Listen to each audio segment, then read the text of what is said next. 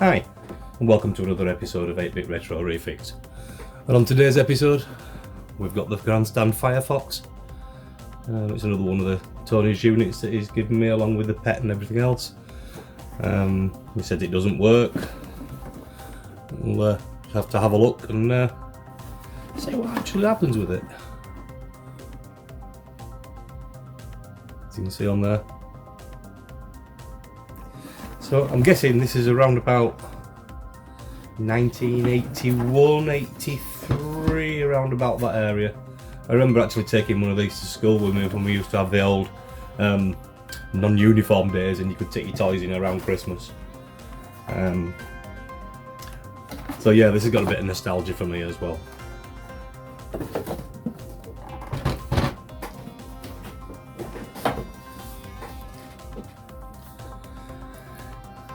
So what I'm going to do at first is I'm just going to pop the battery compartment off. Switches feel like they move okay, buttons feel like they're operating, you can never tell though. So I'm just going to pop the battery pack off now and let's have a quick look and what's in here. So I have a bench battery supply over here, it'll give you 6 volt 2 amp out. I'm just going to couple that up to the positive. Is that positive? Nope, that's negative. So you can couple that up, negative on there, positive on there. Do we get anything? No. No, nothing. Absolutely dead as a doornail. Right. Okay. So what we're going to do is pop out these screws. I think there's one there, one there, one there, one there. There's a couple there. And I think if I remember, memory serves me right, there's a sticker on the end of the joystick where you can take a screw out. I'm just going to have a quick look underneath that now. And it popped off somewhere. I'll have to have a look for that. I found it. Didn't go so far. I'll just put that up there. So yeah, there's a really tiny screw in the top there. I'm just going to pop that out. The reason you take that off is because the little joystick won't pass through the casing otherwise. So I'm going to pop that over there. And that's that. We'll just go ahead now and take these screws out.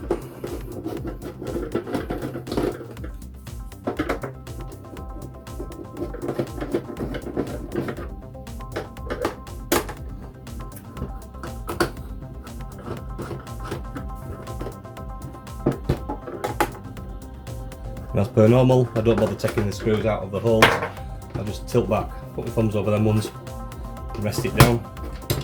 In theory they should just fall out themselves. So 1, 2, 3, 4. Is it that?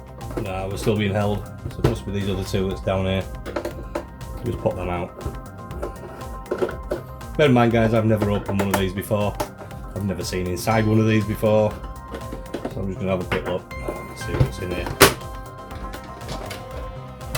Okay, 1, 2, 6 screws out that it holds in the bottom of the little joystick one, and we should just be able to lift that top straight up and off. Yeah.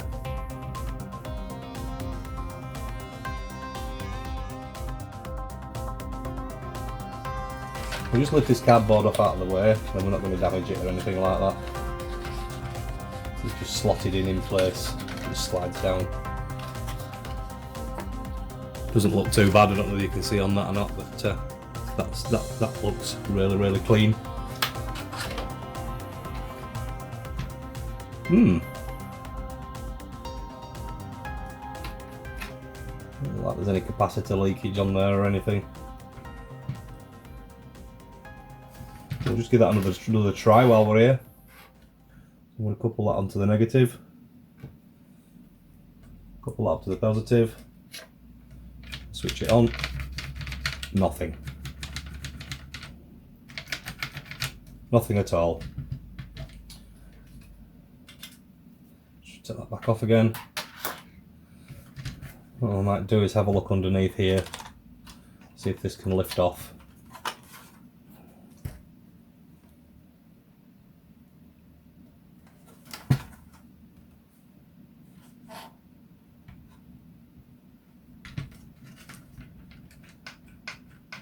It's held down in the middle with something.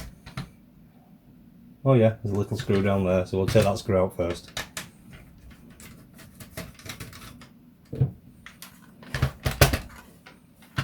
We'll try that. Oh look, a little screw still inside there. Pop that screw out. There's only contacts on the back of there, look. There's a little, my bad. We'll clean all these up when I put it back together. Put that little screw there for the minute.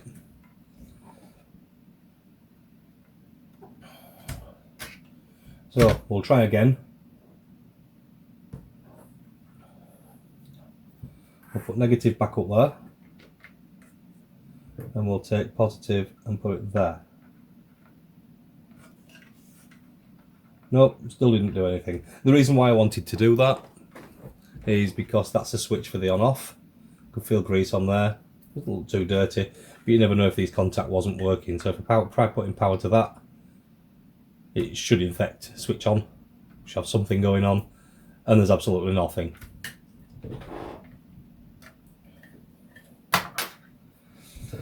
Alright, so let's carry on and stripping it down.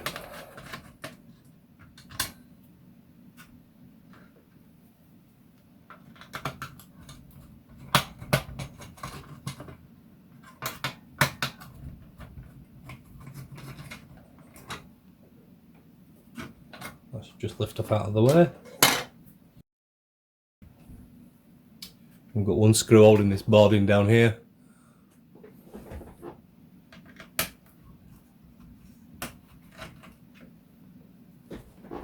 One at the back there and one at the front for the motherboard.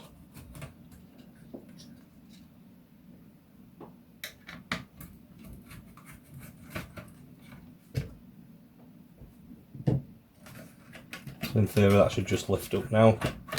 Should all just lift up, to be fair. Just lift that power socket out of that hole, just free it up a little bit.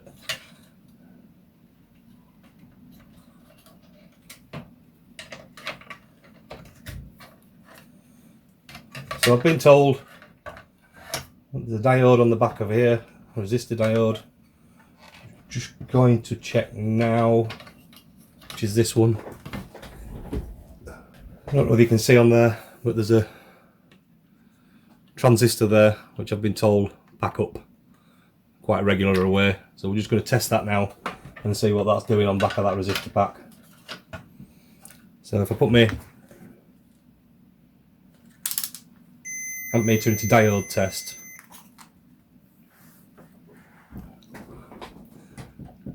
put that meter down there so you can have a quick look.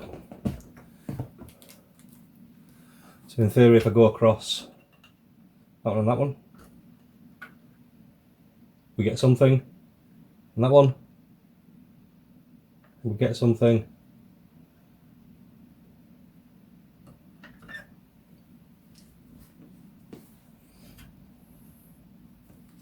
Just try and swap them around a little bit. So if I push onto that one and onto there, you can see we've got a bit of something. It's 0.8 on there. If we go to the other one, the outer leg, 0.8 out on there, but if we go from inner leg to the outer, it's down. So I don't know whether we've got a short across there or not yet. It's quite possible. But as we're getting nothing out of it at all, I would strongly suggest that that's the error. I'm just going to do a few more checks on it. Have a look around the board, see if you can see anything untoward.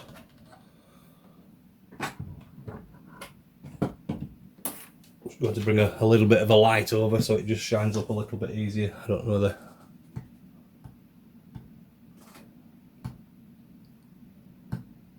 might get a little bit too bright for you guys, but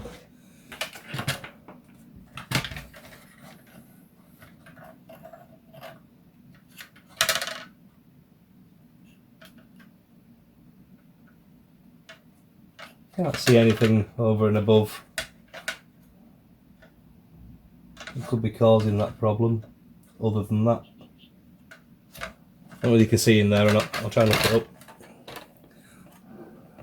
Try and bring the lamp. You see that burn mark at the top of the screen. If you ever see that burn mark up there, don't ever bother about it. It's just a manufacturer's way. And if you can look at the screen now, you can actually see all the patterning, the marks, and everything that lights up inside there. So I'm going to try and find that transistor, see if I can find another one for it, and then I'll be back and we'll swap that little boy out. Okay, back shortly. So I just went down there to have a look at that resistor down here, and as you can see, this looks like this is blown out because you can see burn mark on the board down there. Then you can see up here, it's burned up on this cap, so it's blown out of there. This normally happens when somebody decides to plug in an incorrect power supply, because these are a little bit different. The polarities are the other way around. So it would suggest that somebody's put a power supply in there that's incorrect and it's blown that transistor out. So I'm going to try and have a look and see if I can find that transistor for it, and we'll swap that out and we'll see if it works.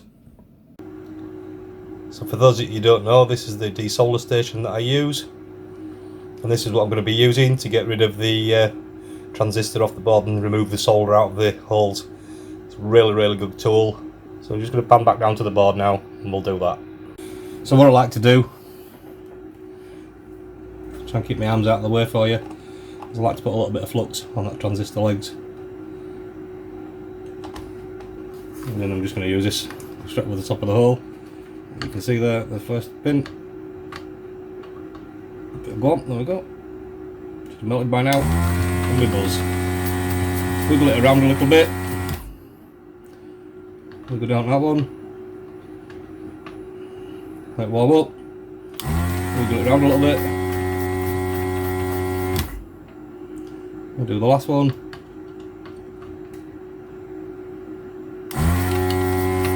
Wiggle it around a little bit.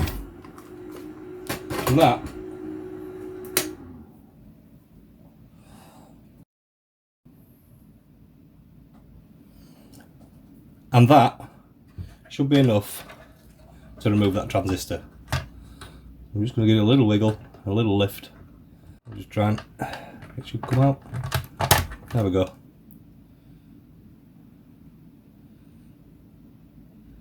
So that's that transistor. I don't know whether you can see on camera. I'll try and bring it round for you.